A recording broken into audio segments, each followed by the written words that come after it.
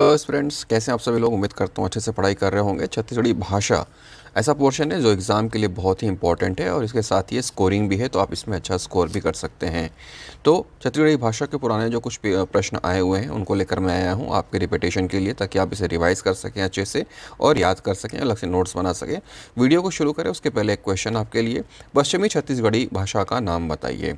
पश्चिमी छत्तीसगढ़ी में कौन सी बोली बोली जाती है वो आपको बताना है। पश्चिमी छत्तीसगढ़ी का नाम बताइए। इसका आंसर आप सोच के रखिए या नीचे कमेंट बॉक्स में लिख के बताइए। इसका सही आंसर मैं लास्ट में बताऊंगा और आपको पता है तो बहुत ही अच्छी बात है। इसी तरह से लगातार पढ़ते रहिए और चीज़ों को याद रखते रहिए। पश्चिमी छत्तीसगढ़ी का नाम बताइए, ये आपको बताना है। एग्जाम में क्वेश्चन आ चुका है। आज हम बात करेंगे मुख्य परीक्षा 2019 में पूछे गए प्रश्नों की, जो आगे भी रिपीट होने के चांसेस रहते हैं। मेरा नाम है मनोज सिंह, यहाँ पे आप मेरा परिचय देख सकते हैं।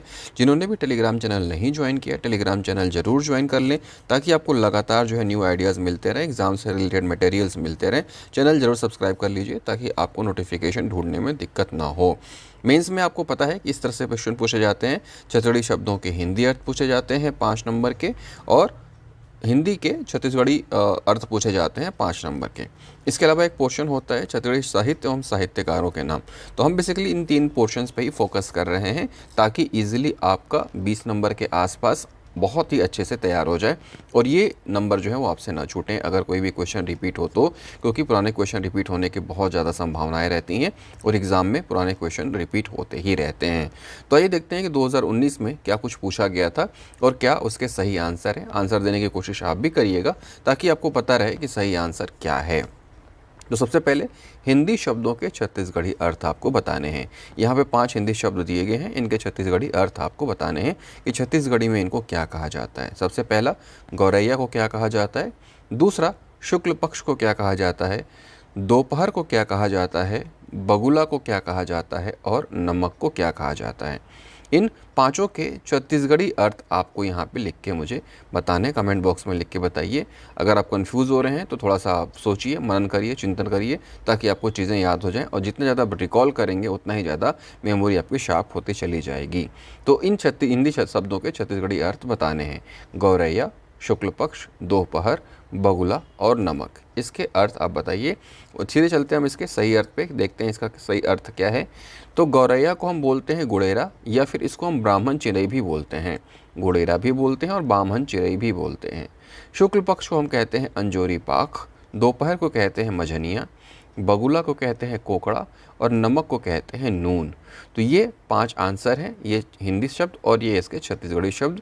अगर आपने ये शब्द नहीं सुने या नहीं याद है तो इसे नोट डाउन कर लीजिएगा अपने एक छोटे से नोटबुक में और बार बार उसको देखने की कोशिश करिएगा, रिवाइज़ करने की कोशिश करिएगा, क्योंकि क्वेश्चन एग्ज़ाम में रिपीट होने के चांसेस रहते हैं। और अगर आपको याद है तो बहुत ही अच्छी बात है।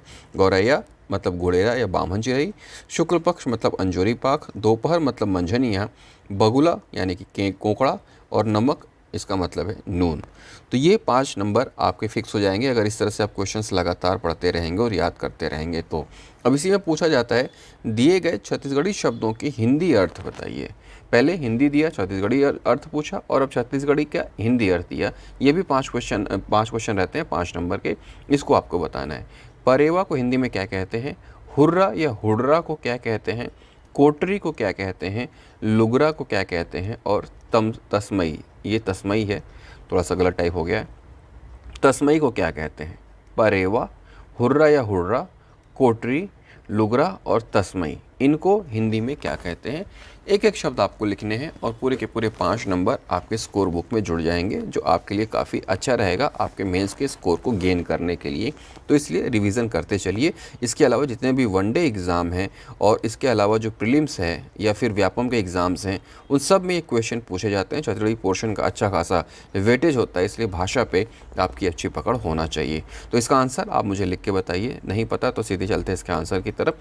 हालांकि मुझे उम्मीद है कि आप लगातार पढ़ रहे हैं तो इसके आंसर आपको अच्छी तरह से आते होंगे। अब यहाँ पे देखिए, परेवा को हम कहते हैं कबूतर, हुर्रा या हुर्रा का मतलब होता है भेड़िया, कोटरी का मतलब होता है हिरण, लुगरा का मतलब होता है साड़ी और तस्मई का मतलब होता है खीर। परेवा कबूतर, हुर्रा भेड़िया, कोटरी हिरन, लुगरा साड़ी, तस्मई खीर। तो ये छत्तीसगढ़ी और ये इसके हिंदी अर्थ।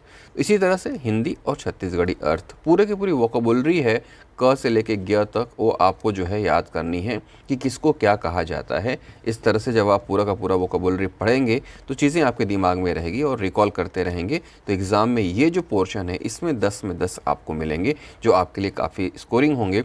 और लैंग्वेज वैसे भी स्कोरिंग है, तो आपको कोशिश करनी ही है कि इसमें ज़्यादा से ज़्यादा मार्क्स आप लेकर आएँ, ताकि मेंस के लिए बहुत ही अच्छे स्कोर आप ला पाएँ और इंटरव्यू के लिए आपका जो रास्ता है वो क्लियर हो। इसके अलावा वनडे, प्रीलिम्स, सीसेट वगैरह के लिए भी तो आपको इसको लगातार तैयार करते ही रहना है। अब अगले पोर्शन पे आते हैं। अगला पोर्शन है जो 10 नंबर के आसपास का रहता है। इसमें आपको बताना रहता है छत्तीसगढ़ी साहित्य के नाम या फिर साहित्य जो लिखे हुए हैं उनके लिखे हुए साहित्यकारों के नाम। इस दो तरह से क्वेश्चन आता है। तो या तो छत्तीसगढ़ी साहित्य के बारे में पूछेगा कि इन साहित्यकार ने कौन सा साहित्य लिखा है, या साहित्यकारों के नाम पूछेगा कि इस साहित्य को किस साहित्यकार ने लिखा है। यहाँ पे देखिए कुछ क्वेश्चन पूछा गया था 2019 में। छंद के छटा किसने लिखा है, विमर्श के निकष पर छत्तीसगढ़ी किसने लिखी है, राजभाषा आयोग का स्थापना दिवस क्या है, अ grammar of the Chhattisgarhi dialect of eastern Hindi किसने लिखा है, छायावाद के किस प्रसिद्ध कवि ने छत्तीसगढ़ी में भी कविताएं लिखी हैं। ये शुरुआती 5 क्वेश्चन जो आपके एग्ज़ाम में आए थे 2019 में, और इसके बाद 2-3 एग्ज़ाम में ये रिपीट भी हुए हैं और आने वाले एग्ज़ाम में फिर से इसके रिपीट होने के चांसेस हैं। तो आप इसका आंसर बताइए। छंद के छटा किसने लिखा है, विमर्श के निकष पर छत्तीसगढ़ी किसकी रचना है, राजभाषा आयोग का स्थापना दिवस क्या है, अ grammar of the Chhattisgarhi dialect of eastern Hindi किसने लिखी है, छायावाद के किस प्रसिद्ध कवि ने छत्तीसगढ़ी में भी कविताएं लिखी हैं। इसका सही आंसर आप मुझे नीचे कमेंट बॉक्स में लिख के बताइए। मैं खुद इसका सही आंसर बताऊंगा, लेकिन उसके पहले आप इसका सही आंसर देने की कोशिश करिए, क्योंकि याद रखिए जितना ज़्यादा आप लिखते हैं, जितना ज़्यादा आप सोचते हैं, उतनी ही ज़्यादा आपकी अच्छी रिवीजन होती चली जाती है और एग्ज़ाम में आपके भूलने की संभावना बिल्कुल शून्य हो जाती है।